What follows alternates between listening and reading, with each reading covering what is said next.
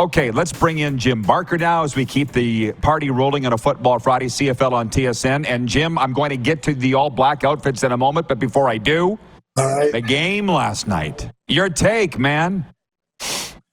I mean, how do you explain it? You can't explain the start, and almost impossible to explain the finish with the backup quarterback and the job he did. Because to be honest with you, I just wasn't that impressed with him in the offseason. We looked at him intensely, thinking he may play in the Grey Cup because of Caleros' injury last year, but boy, did he turn it on. He made every kind of throw you can make. He played with great confidence, and Buck Pierce did a great job of doing what they do. So, it was one of those deals that no matter how much Chris Jones mojo we tried to stir up, it wasn't enough. That defense played poorly. They couldn't stop the run.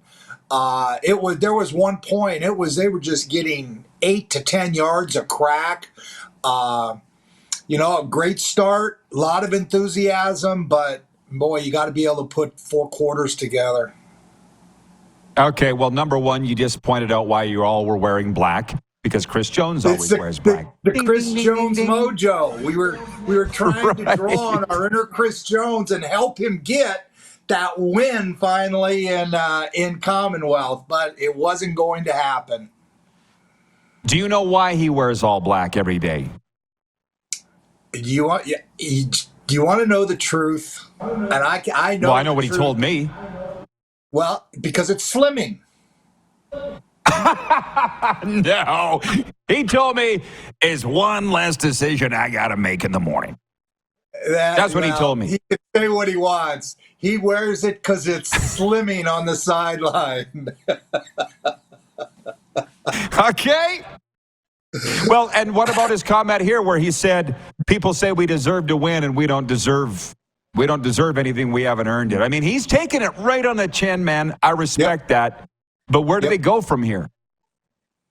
Well, they just keep their nose to the grindstone. I mean, the problem now is they can get ahead 21-0, 24-7 at half, and they've got this in their mind that what are we going to do? It's hard to shake that kind of a loss, and but they will keep their nose to the grindstone. And I thought Jarius did a nice job with Trey Ford, put him in positions to be able to have some success, and I think they're going to get a win. I really do. I don't think they can go the whole year without winning. And last night was a shocking first half and an equally shocking second half. I said before the game, this is going to end up being a great game. I don't know why. I just got a feeling it's going to be a great game, and it turned out to be.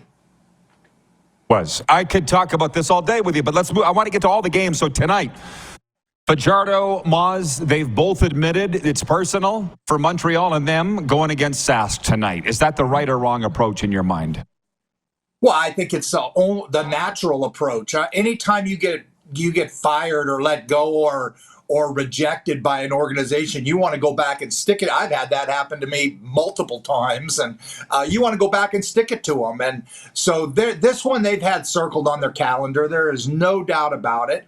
I think it's a tough call for Saskatchewan because of the travel. You're going back on 5 days. You're going into Montreal, which is always in the CFL a tough travel spot because of the city.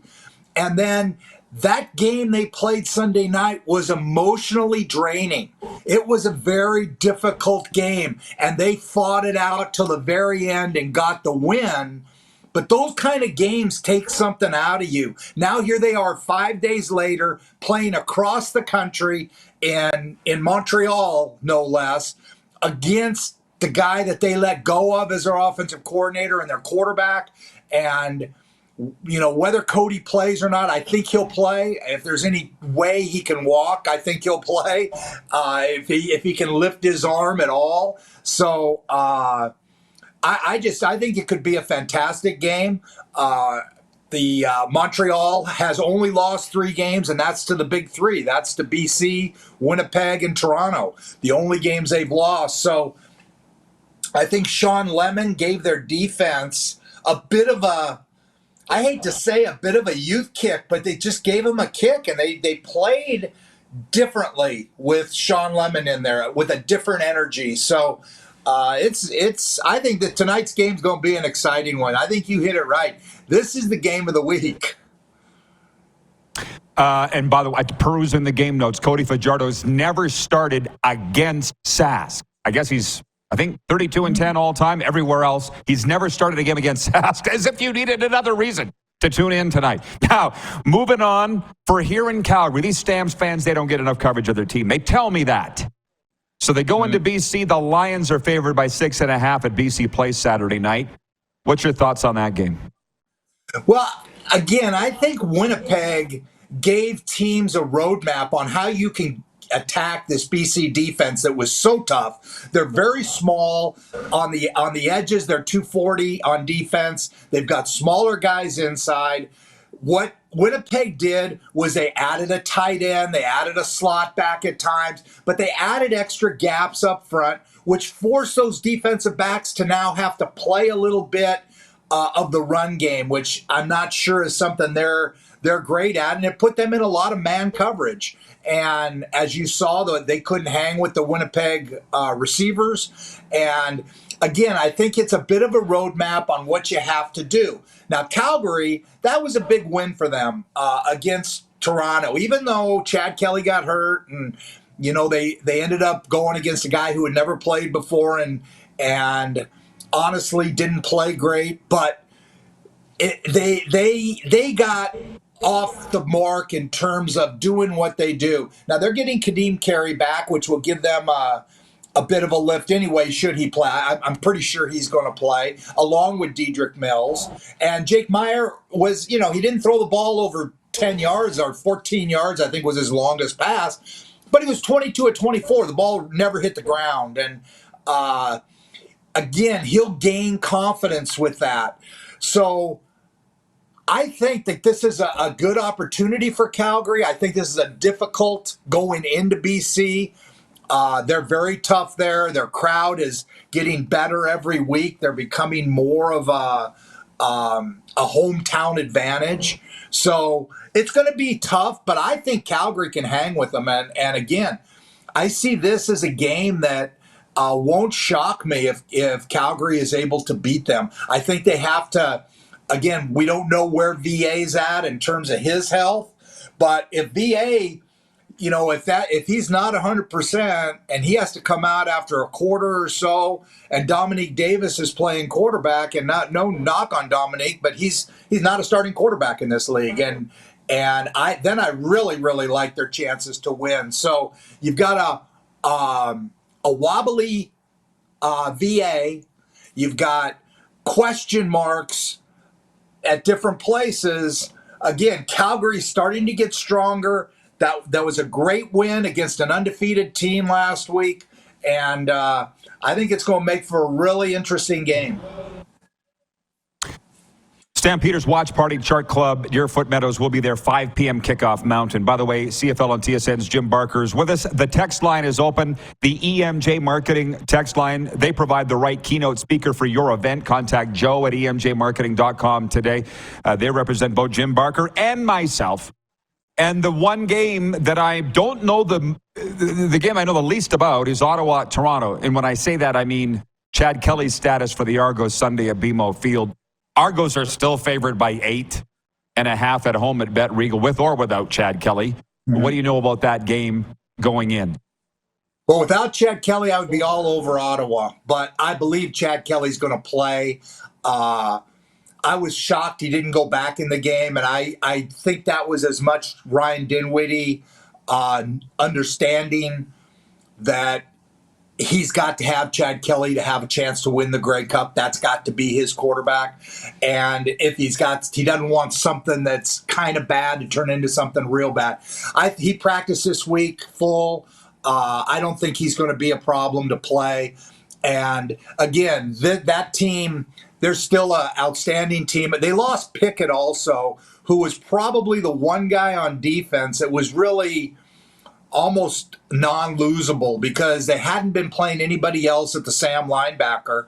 And so this week, I believe they'll move Robertson Daniel down there. He played that a little bit last year before he got hurt, and then he played that in Calgary. So I think he'll play Sam, and they'll move Quantez Stiggers over to play halfback and bring Jamal Peters back, who was a healthy scratch last week. Again, they rotate guys around, and they take healthy guys and give them weeks off and that kind of thing. So Peters will be back in. I think they'll move Quantez Stiggers to halfback, and I think they'll put Robertson Daniel at Sam linebacker. And that should be, that's a fast defense. And, with Dustin Crum, you need to be able to. Again, I think you want the ball to come out of his hand, a little bit like Trey Ford last night. And I said it at halftime. The one thing that Winnipeg wanted was they wanted to see whenever he was back in the pocket, the ball come out of his hands. We used to be that way with Damon Allen, and there was a few quarterbacks that you would just as soon see the ball. Tracy Ham is another one that was that way. You just as soon see the ball come out of their hand as have them run. And I think Dustin Crum is a little in that category with Trey Ford. So I think they'll do some good things to try to contain him, keep him in, and force him to throw the ball.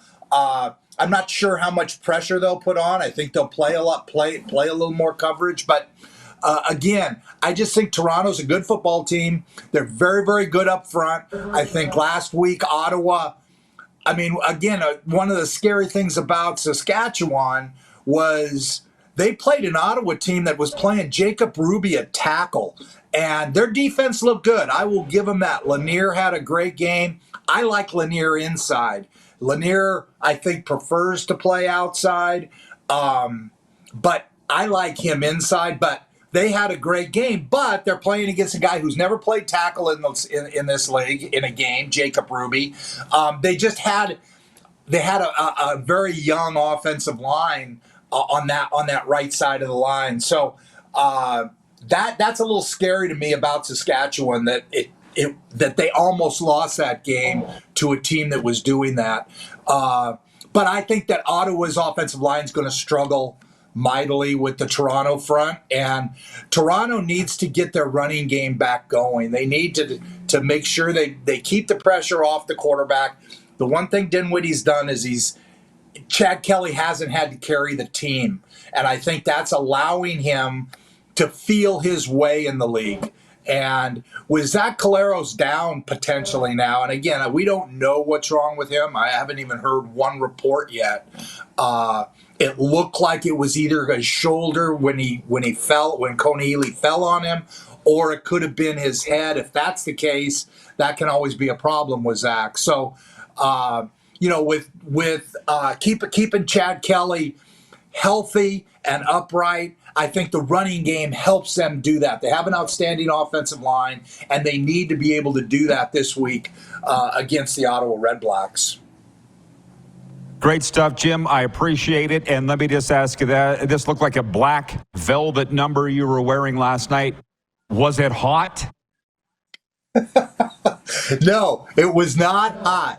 It was actually, we had to wear all black, and so it was the only really truly black. I have some like dark navy suits, but most of them are black. I mean, I don't have any black. So I had this black velvet jacket, and it was kind of hot, but it's in that studio we were in, the heat gets turned up for whatever reason. It's an on-right studio because of World Cup. We got kicked out of our normal studio. So if we were back in our normal studio, it would have been just fine because it's always freezing in there. So no, it wasn't too bad.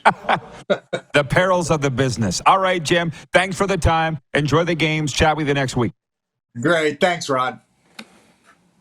CFL on TSN's Jim Barker, 5-time Grey Cup champion.